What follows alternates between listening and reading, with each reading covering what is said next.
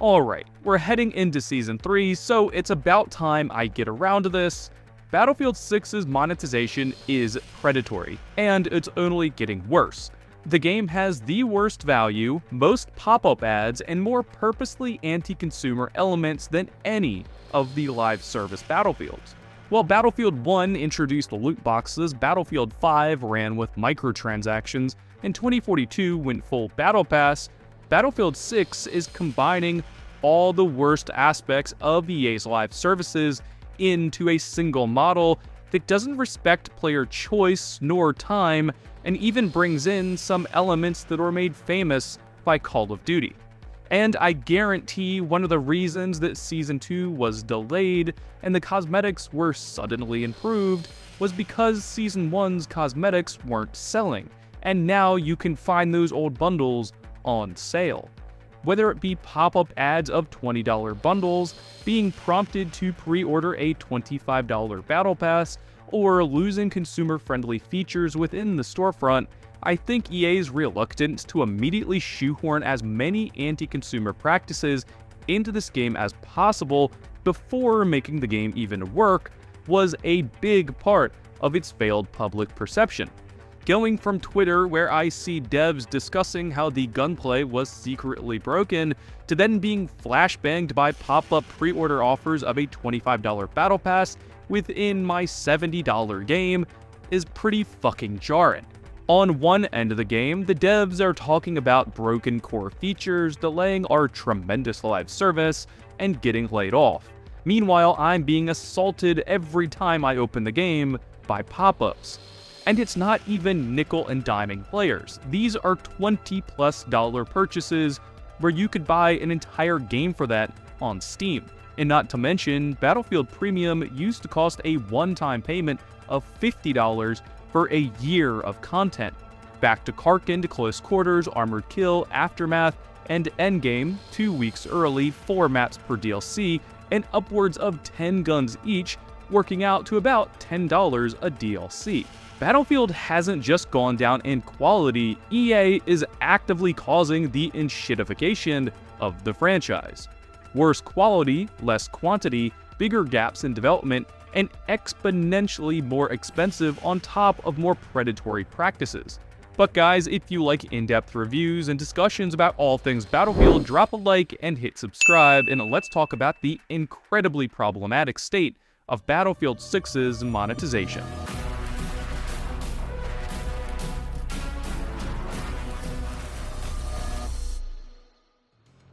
Now this is a video that's been a long time coming. Since Season 1, it's been pretty clear EA has been trying to port over all of their worst practices from games like FIFA and tried to get them to stick with a new audience, an audience that's pretty touchy about their game. And the thing that pushed me over the edge and finally got me talking about this was, of course, the pop-up ad we all got asking us to pre-order a Battle Pass. An offer that doesn't discount the price, doesn't give us early access, and offers no value outside of extra tier skips and an LMG skin. As this is a digital product I can buy anytime anyways, that doesn't age nor expire or change in value. I think Battlefield Studios is desperate to show the game's value to EA after so many players quit and they just announced their huge 2026 roadmap. They need to start seeing if players will buy back in after the studio doubled down and announced content that's way above anything we've seen in years. They hit us with this huge announcement, gaslit fans into hype, and then subliminally hit us with an ad. And honestly, as someone who works in marketing, I'm shocked we weren't getting a Season 3 trailer or graphics to go with it on the home screen, to sorta tie the Battle Pass to Season 3. Like, this Battle Pass is part of that experience, so if you want the full experience, you better buy it up. But I guess that's just typical Battlefield Studios, scraping shit together on short notice, trying to cover their asses without a totally thought out plan.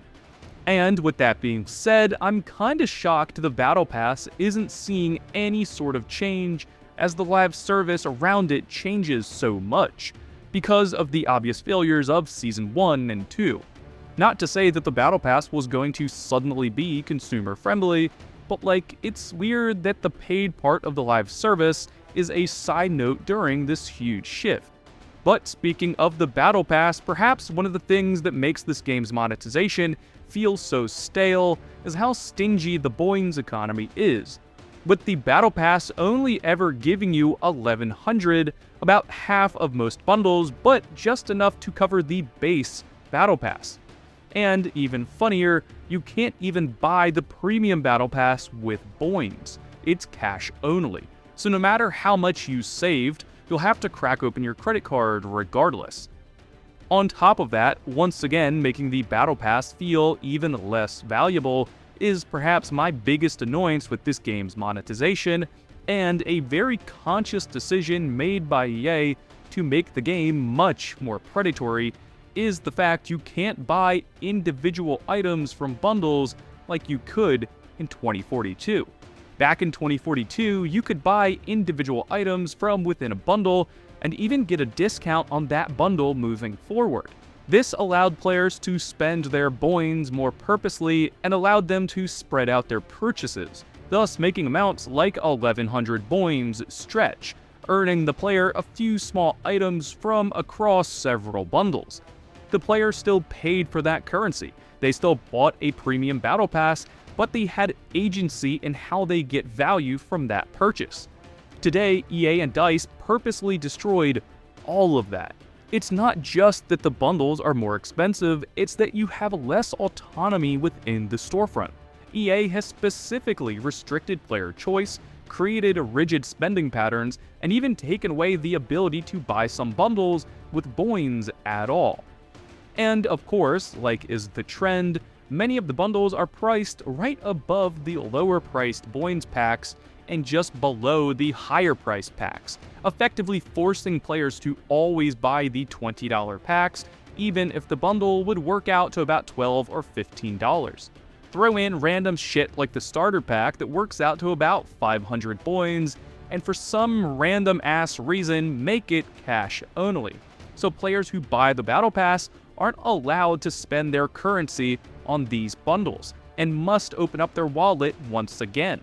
The currency you earn from even the $25 Battle Pass is honestly irrelevant, because even if you saved all your Boings from Season 1 and 2's passes, you still wouldn't be able to afford a single unit bundle, priced just out of reach of that combined savings.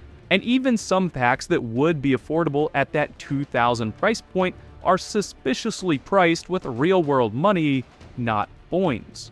The entire storefront is built around trapping players just outside of the higher tier bundles and restricting their ability to spend their paid currency at their own pace. Though individual items, some are randomly cash only, and even if you saved both battle passes worth of coins, which is about 2,200, you'd still have to crack open your wallet and spend at least another $5 for any of the 4-man bundles. And while the prices are the obvious thing to be upset with, my bigger issue is that even games with terrible monetization allowed players to grind towards premium currencies like in Halo Infinite, totally removing the ability for players to buy individual items, as well as giving players 0 ways to earn Boings by committing time to the game is criminal. There's so little incentive for hardcore players to stick around, nothing to grind for, and even when you have currency, you're severely limited in how you spend it, even though you paid for it. Not to mention the disaster that is limited time events and bonus paths, which, of course, you can buy your way through with tier skips if you open your wallet once again. Hell, even Halo allowed players to go back and buy old battle passes. Meanwhile, EA is totally removing any consumer decision-making from the game. And you can see this. It's rare I see a premium skin in-game, and even more rare seeing cosmetics I recognize as an achievement, mostly because the high-end endurance challenges reward fucking stickers, even after like hundreds of gauntlet wins. Player expression and player agency, even when it comes from spending their own fucking money, is so severely limited as EA tries to strangle every penny out of the players. But guess what? Battlefield players aren't FIFA or Madden fans. In fact, there's not many Battlefield players left after these exact kinds of predatory practices. Releasing a busted game, laying off devs, and trying to bleed players dry ended up driving 95% of the player base away. And it's not that hard to fix. First off, give players the ability to spend their money as they see fit.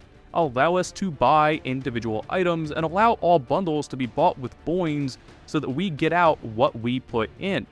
Second, give the battle passes, especially the pro version, more value via boins and a discount if you pre-order.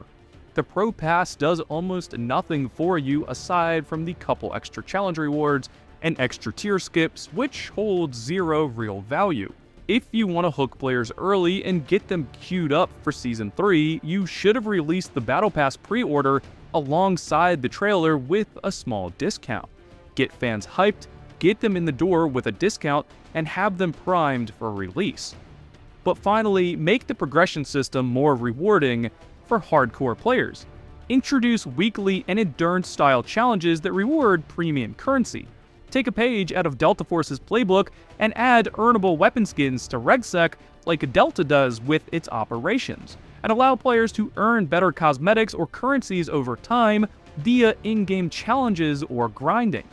Throw in the ability for players to buy old battle passes or access old limited-time challenges, and you'll bolster content and progression for new players instead of erasing all the reasons to buy the game in the first place, like you're doing by removing Nightfall in Operation Augur.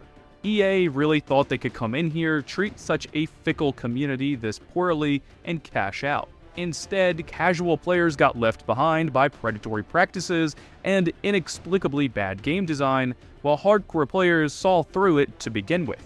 So while you guys over at Battlefield Studios look down the barrel of more layoffs and scramble to win players back with your big 2026 roadmap, take a minute to think how you're treating fans within the game's economy, because it might be the most egregious part of the entire experience. But guys, let me know what you think about the storefront, and for everything else Battlefield, stay tuned and subscribe, and as always, thank you guys for watching.